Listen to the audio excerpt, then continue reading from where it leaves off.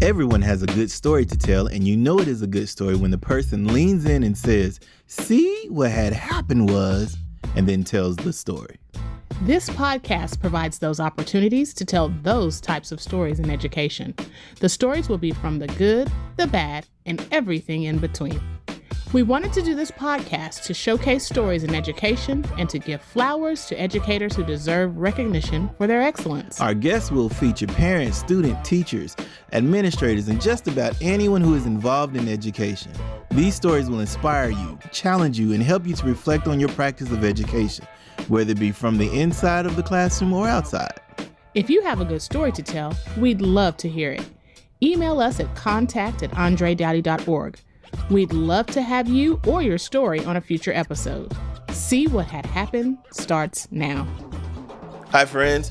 Welcome to See What Had Happened, an educational podcast where we talk about the good, the bad, and everything in between. I'm your host, Danielle Daughty here. I'm riding solo today because the wife, Danielle, my co-host, she's out handling some business like she normally does. And so today we're just going to have a conversation and we're going to talk about a few things. So let's go ahead and get started.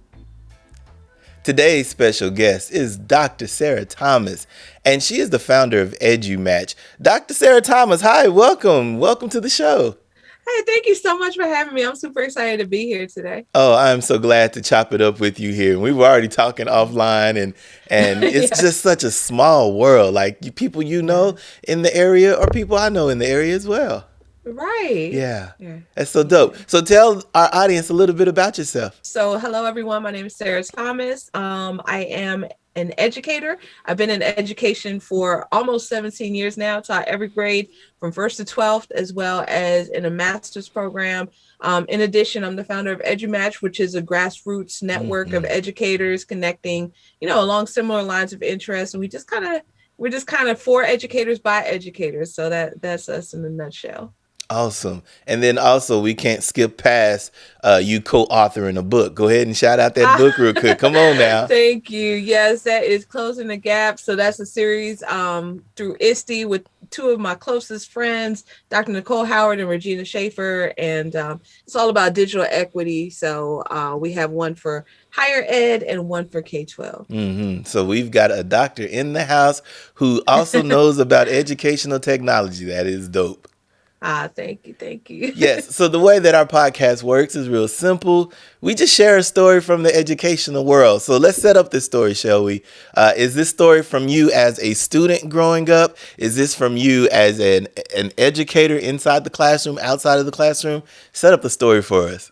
Yeah. So this is my senior year of high school when I was a student. And I remember the senior year, I had so much going on. It was crazy. Like I was in so many different extracurriculars, choir was my thing, drama was my thing. But on top of that, I was also captain of its academic team. I was treasurer of Black Cultural Alliance. I was in the French club, French Honor Society. Just the list goes on and on and on. Right. So it was a lot. I had a heavy course load, lots of AP courses, things like that. And also, kind of dealing with some personal stuff at home with my grandmother, who was a huge part of my life. She was really sick, and unfortunately, that year we did lose her.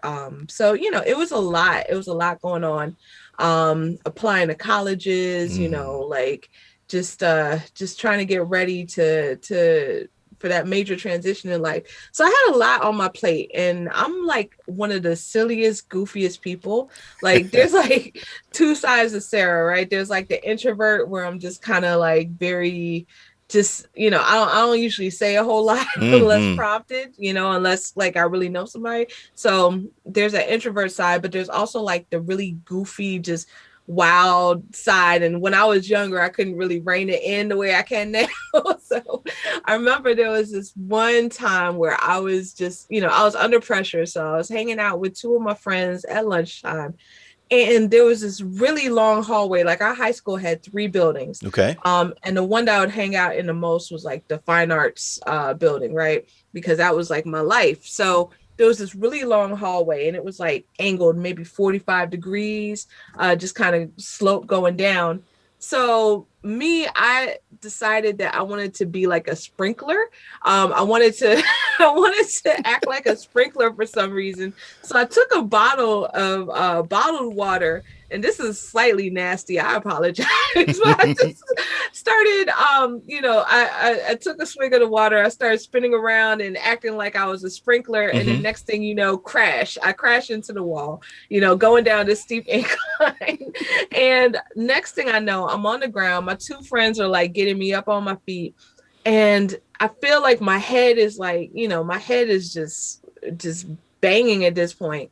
So I walk, we walk out of the fine arts building. They're walking me down to the nurse, and I have my hand on top of my forehead, and I saw two more classmates or something that were coming into the building as I was going out.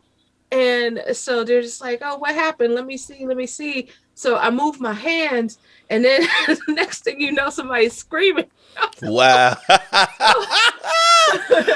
And I don't even know what's going on at this point. I know that, I'm just kind of discombobulated, but long story short, I had this humongous goose egg on my head. It did not go away for the entire summer. I had to graduate with this thing.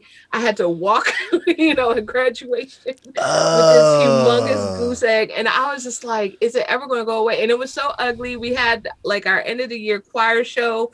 So I do not have that choir video. I have the one from each of the previous 3 years, but I had a solo and I had this ugly thing on my head. And I just did not want the video. Now I want the video. Like now, this is like 20 years later. I want the video now. But back then, I was just like, I'm not trying to see that. This is so embarrassing. And even when I got to college, people were like, yo, what's up with your head? But eventually it went away. So when you were, because this so sounds like senior stuff, right? Yes. Yes. Those indeed. last few months of school, senioritis is kicked in. You like, I've worked all of the work that I need to work. I just want to be goofy for a little bit. Yes. That's exactly what this sounds like. And so do you ever remember what you hit? I hit the wall. I crashed into the wall.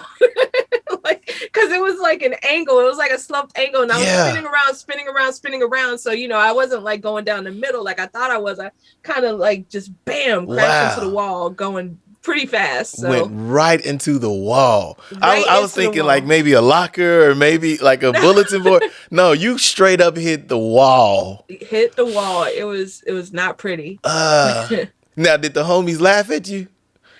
Later on, they did. Yeah.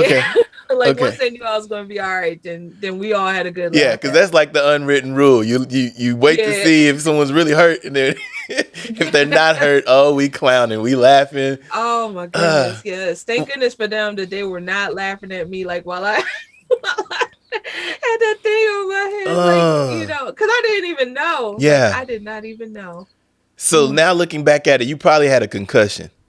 What do you think? I probably did. Probably the first of, I know for a fact I had another one 10 years after that. And then a mini one like a few years after that. So that's probably the first of 3. Goodness gracious. And then you're walking into, like, I can imagine you doing, like, hiding it. And to you feel the lump a little bit, but you don't think it's as big as, as it looked. Somebody thought it was fake. And then the friends are like, what happened to you? And then you show them, that is absolutely. Did they put ice on it? Because, like, that's all most high schools are good for. Oh, yeah. They're like, here's an ice bag. Put some ice. Yeah, like the frozen sponge. Yep. Yeah. Did the teacher say anything? Did anybody else, like, no one saw you in the hall telling you you were alone? My two friends walked me down, and I know that I like had my hand over my forehead. So I don't remember like all the specifics just because it was a while ago. But I mean, I just remember that it was just awful. Like having that thing on my head. Oh my God. Yeah. That was crazy. Yeah. And then you still had more school left. Like that to me is the funniest part. I mean, I'm glad that you're safe and you're okay. But to know that you still had to go back to school, you had to graduate with the lump on your head. Yeah, I had to walk and everything with just this lump. It was just, And it wouldn't And go down. It would. it would not. Like there was remnants of it for months. Oh, For months. And I mean like the major swelling went down, but just the, you can still see it, yeah. You can still even feel it. Like not now, thank goodness. Like, but for months, like there was like definitely like a bump, Yeah. It was And then here crazy. you are singing a solo in choir with the bump on it.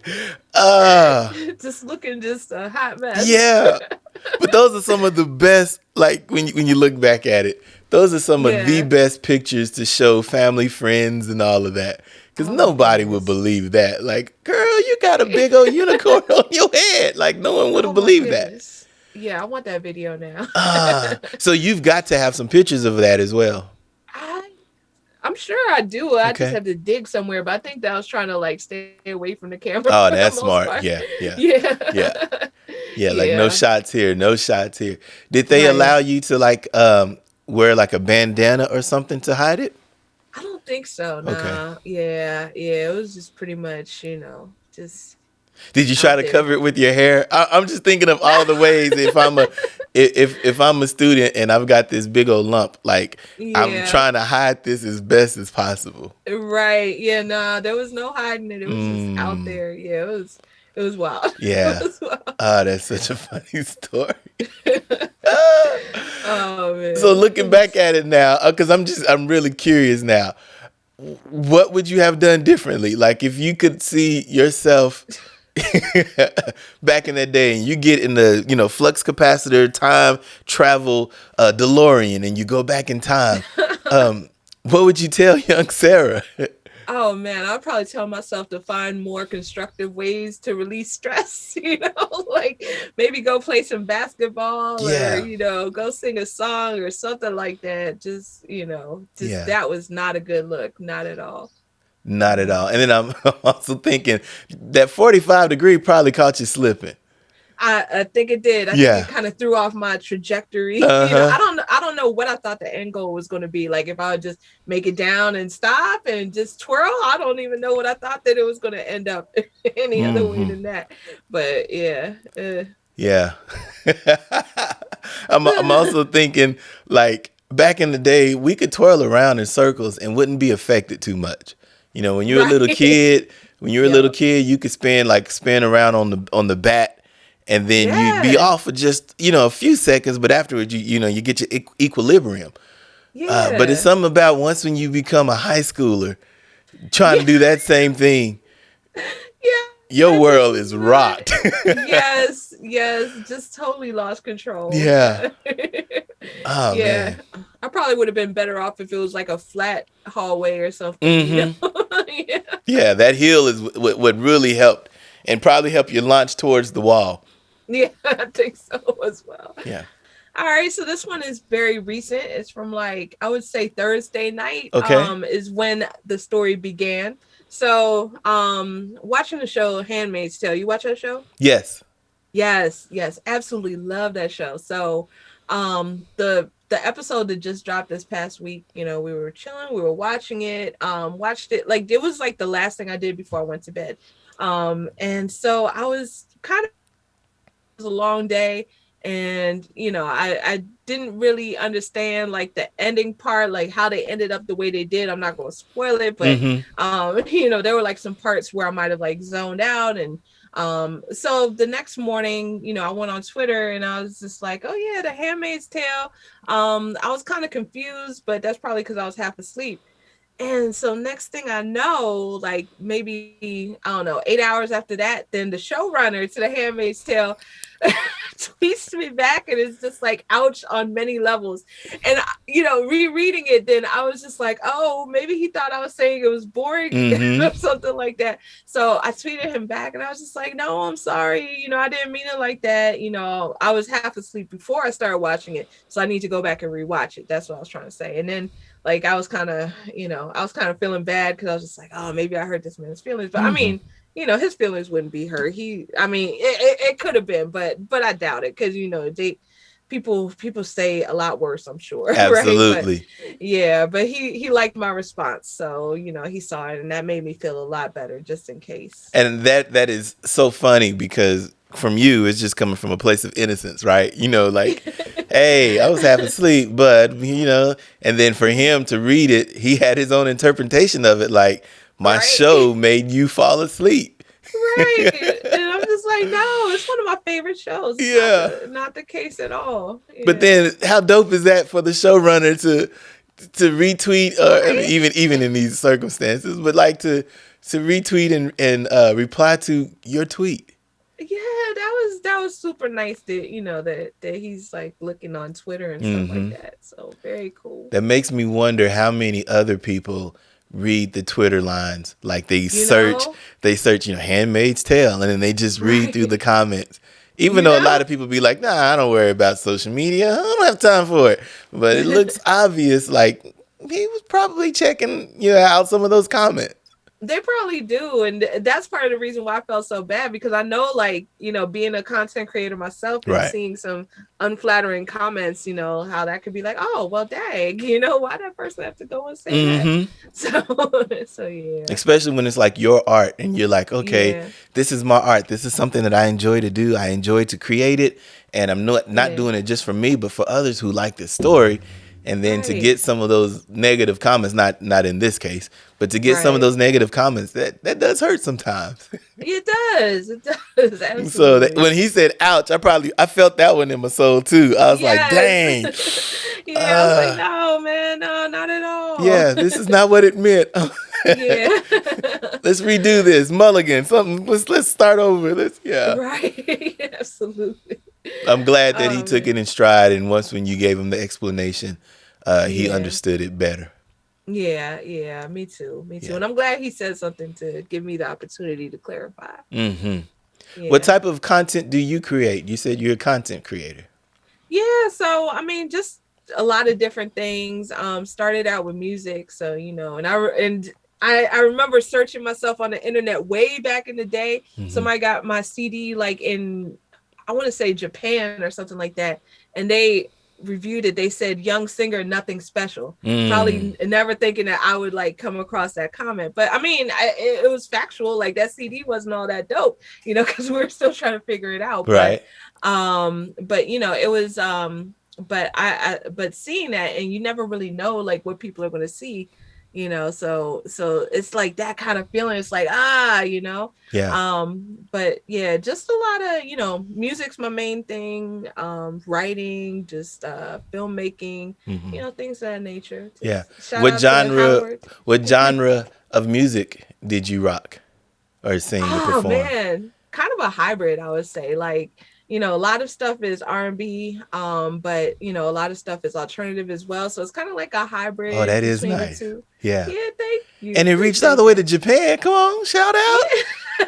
Yeah, and I was trying to figure it out. Like, you know, I had a group of friends that was all musical. You know, we put together like a record label, and we had like some friends who helped us record and stuff like that.